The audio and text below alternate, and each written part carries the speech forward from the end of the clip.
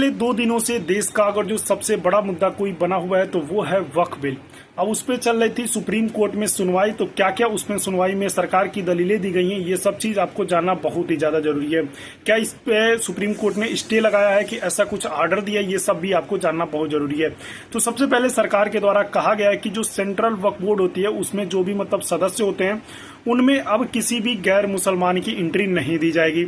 और इस चीज को ऑन द रिकॉर्ड रखा सुप्रीम कोर्ट। और दूसरी बात ये कही है कि जितनी भी वक्फ बोर्ड की प्रॉपर्टी है उस पर अब कोई भी कार्रवाई नहीं की जाएगी। सिर्फ अब तक, जब तक अभी ये कानून बना नहीं था उसके पहले जितनी भी वक्फ बोर्ड की संपत्ति है उस पर कोई भी कार्रवाई नहीं करी जाएगी।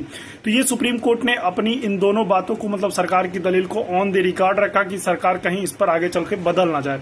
तो ये चीज मैं आपको क्यों बता रहा हूँ, ये अगर जो आपके आसपास जितने भी मुस्लिम समाज के लोग हों, थोड़ा सा अगर जो भय का माहौल जो बना हुआ है, चाहे अगर जो वो कुछ अलग कह रहे हैं तो उसको आप आसानी से इसको समझा दीजिएगा, ठीक है।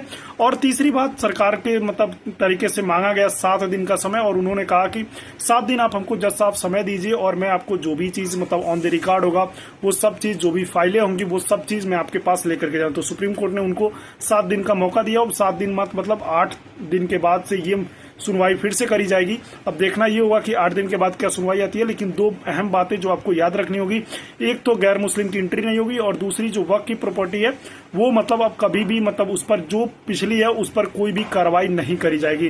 तो मैंने सोचा आप सभी को भी ये बताना जरूरी है क्योंकि देश का सबसे बड़ा मुद्दा बना हुआ है। तो मिलते हैं किसी और अपडेट के साथ। तो पेज को जरूर फॉलो कर लीजिएगा और लगातार हमारे साथ बने रहिएगा। मिलते हैं, बाय बाय।